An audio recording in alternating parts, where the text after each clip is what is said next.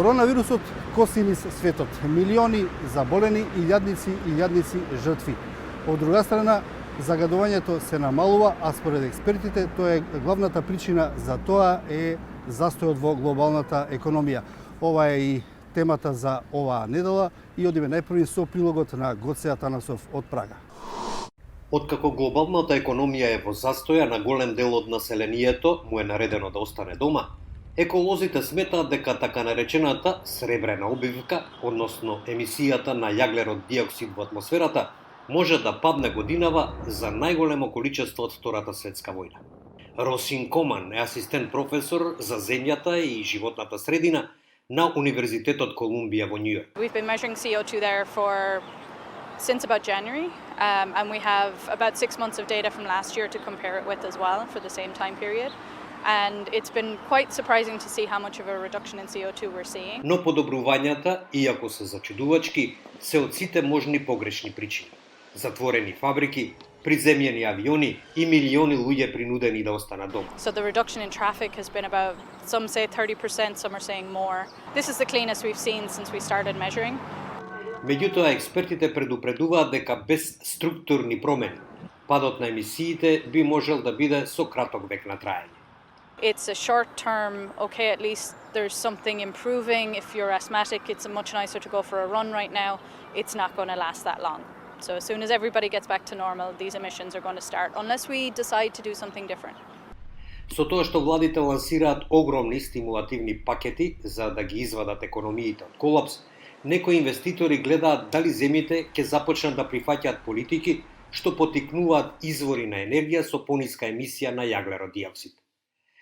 Председателот на Global Carbon Project и професор на Универзитетот Станфорд Роб Джексон вели: If the economy stays slow, if transport stays down, we could see a drop in carbon dioxide emissions this year of 5% or more. And that may not sound like that much, but we've never seen that in the past 75 years, maybe going back to the end of World War II. Откако светските емисии на стакленички гасови се намалија како резултат на глобалната финансиска криза 2007 и 2008 година, тие потоа се покачија за неверојатни 5%, вели Джексон. Моделот на брза реакција веќе започна да се развива во Кина, каде емисиите паднаа за околу 25%, бидејќи земјата ги затвори фабриките и воведе строги мерки за движење на луѓето, за да го запрат ширењето на коронавирусот на почетокот од оваа година, но оттогаш се вратија во нормален опсег. Овој вид на еластичност ја потенцира големината на економската трансформација, што ќе биде потребна за да се исполнат целите на меѓународниот договор од Париз во 2015 година за избегнување на најкатастрофалните сценарија на климатските промени. Со тоа што владите лансираат гигантски стимулативни пакети за да го запрат колапсот на економијата, инвеститорите сега гледаат да видат колку Соединетите држави, Кина, Европската унија, Јапонија и други ќе одат далеку во прифаќањето на извори на енергија со ниска емисија на јаглерод диоксид. И во Македонија природата се буди, во градовите се слушаат птиците, во урбаните средини се појавија некои досега невидливи животни видови. Короната ги напаѓа луѓето и што може од ова да научиме? Од Скопје, Владимир Калински. Човечките активности се намалени и во Македонија. Во градовите има помалку бучава, а значително повеќе се слушаат звуците на птиците. Според активистите за заштита на животната средина, враќањето на биодиверзитетот во урбаните средини е очигледен показател дека планетата здивнува од намалените човекови активности. Од граѓанската организација Охрид СОС деновиве информираат дека поради намаленото присуство на луѓето на Охридското пристаниште забележани се некои одамна невидливи видови животни, како големиот нуркач. Лебедите навлегуваат кон чаршијата, а пак други врсти се охрабрени и слободно се чувствуваат во паркови и зелени површини. Во недостиг на градска бучава се слуша пеењето на птиците, велат од Охрид СОС.